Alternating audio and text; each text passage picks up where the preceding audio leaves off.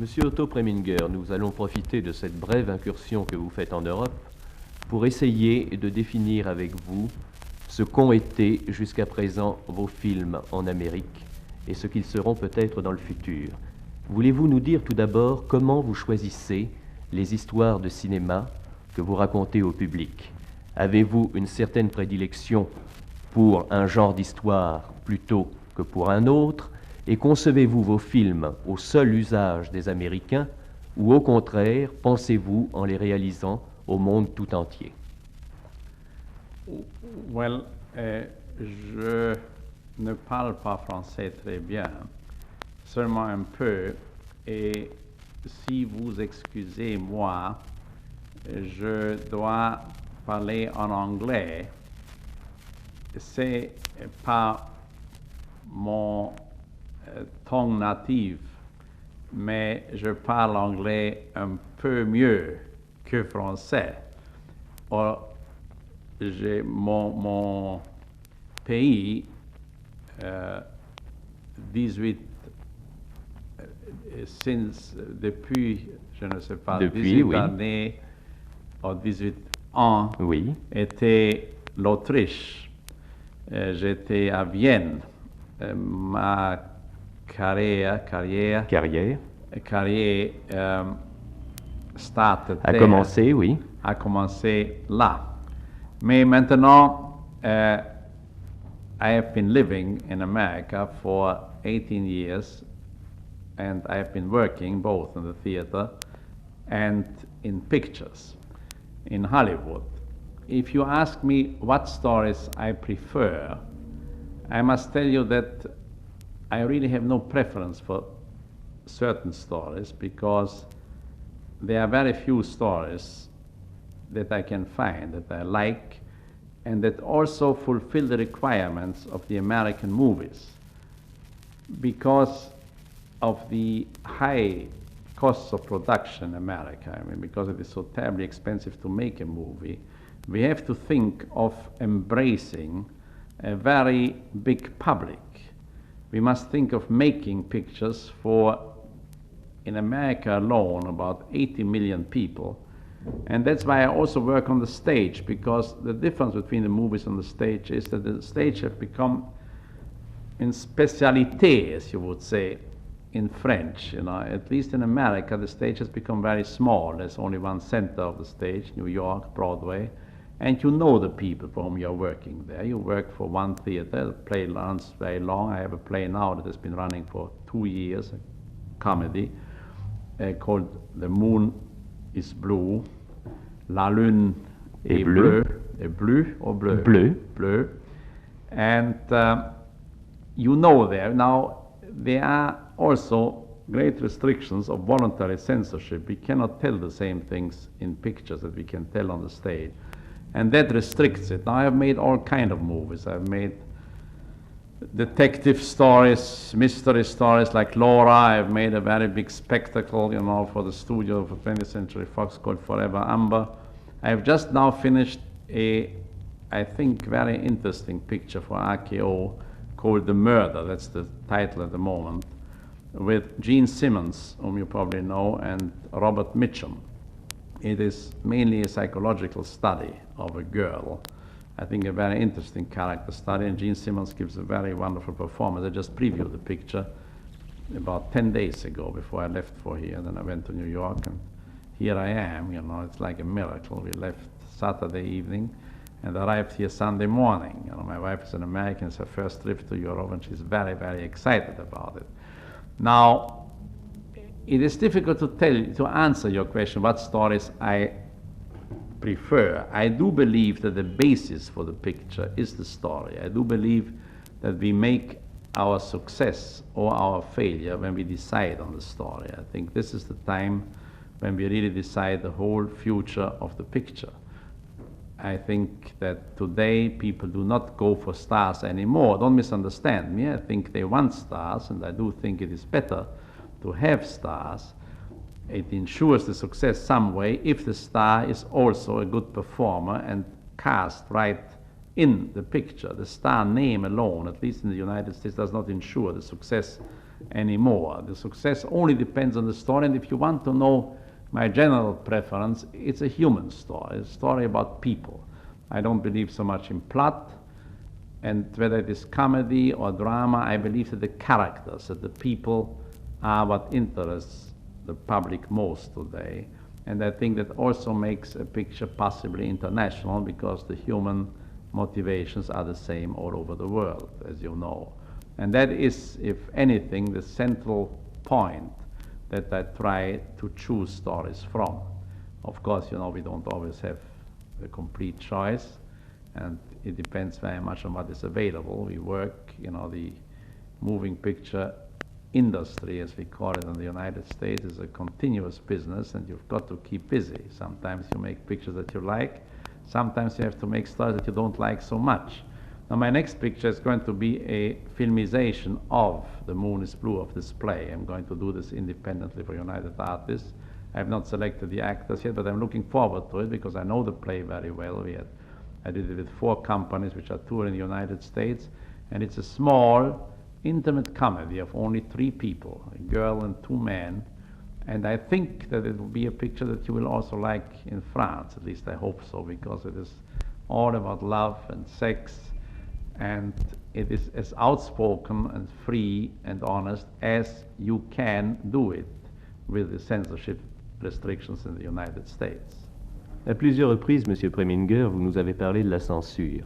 Or, dans les films que vous nous avez cités, nous avons eu l'impression que vous faisiez des films comme si la censure n'existait pas, tout en respectant scrupuleusement ces indications. Comment admettez-vous que cette impression nous ait été donnée? Well, I do believe that if you do a picture in good taste, you can say almost anything. You know, I really don't think it is necessary to violate taste, you know, and I think you meet the censorship restrictions and requirements if you use good taste. On the other hand, there are certain topics, certain themes, the theme, which you can't use, you know, in pictures in America at all, which are taboo, which you cannot use. Now, the best thing, in my opinion, is just to stay away from them completely, rather than to do a compromise version. Do I make myself clear? Yes, very clear.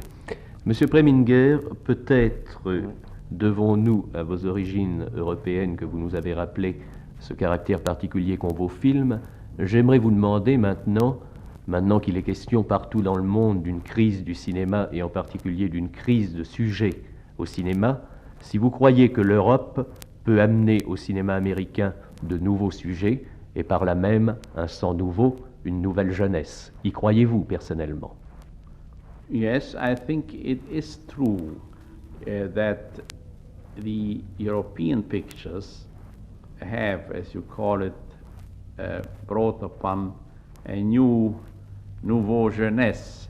And it is amazing how successful European pictures are with American audiences now, because they do have new subjects and new faces and new actors, and don't have the same restrictions. Of course, when they are successful for a very selected audience. You know, it is not, they do not play to as many people as an American picture has to play, because they have a bigger market. They don't count on the American market. But many European pictures, English pictures and French pictures, particularly French pictures, were very successful in America recently, very successful. Of English pictures, the pictures, I don't know if you have seen it here, the man with the white suit. Yes, we have seen it. French pictures, there's a picture Casque d'Or in New York that has a tremendous success. There is a picture by Duvivier called France, Paris, I forgot the name. Sous le ciel de Paris. Sous le ciel de Paris. Sous le ciel de Paris, which is very, very successful. There is a picture which has not come to America yet, but which I have seen here, which I think will be a terrific success. That is Don Camillo, also by Duvivier.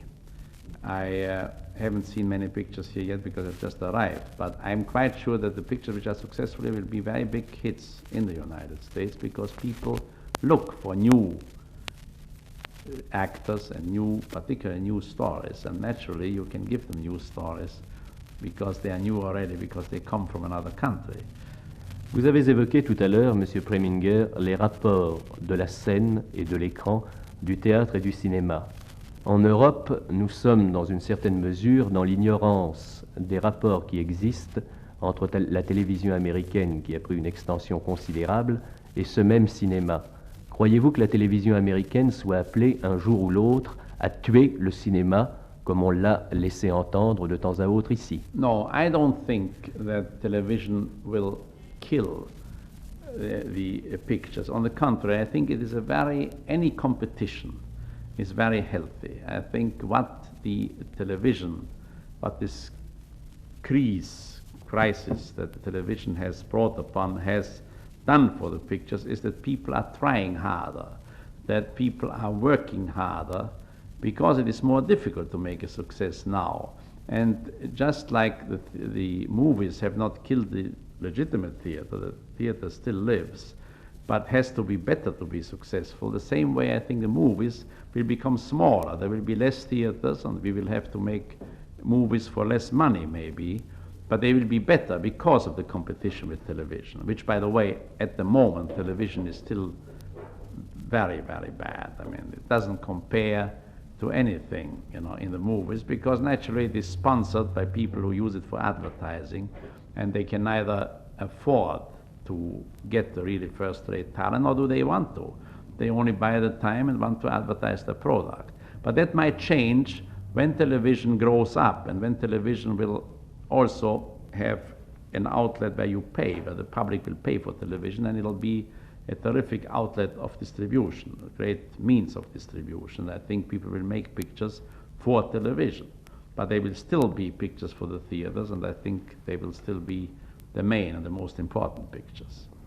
L'histoire du cinéma nous apprend que la renommée du film a commencé par s'appuyer sur les réalisateurs tels que Griffiths et d'autres.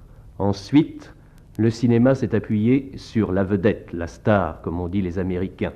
Et nous avons eu Dietrich, nous avons eu Garbo, nous avons eu Gable, nous avons eu Cooper. Or, il semble bien que ces vedettes aujourd'hui ne soient pas sur le point d'être remplacées par d'autres plus jeunes.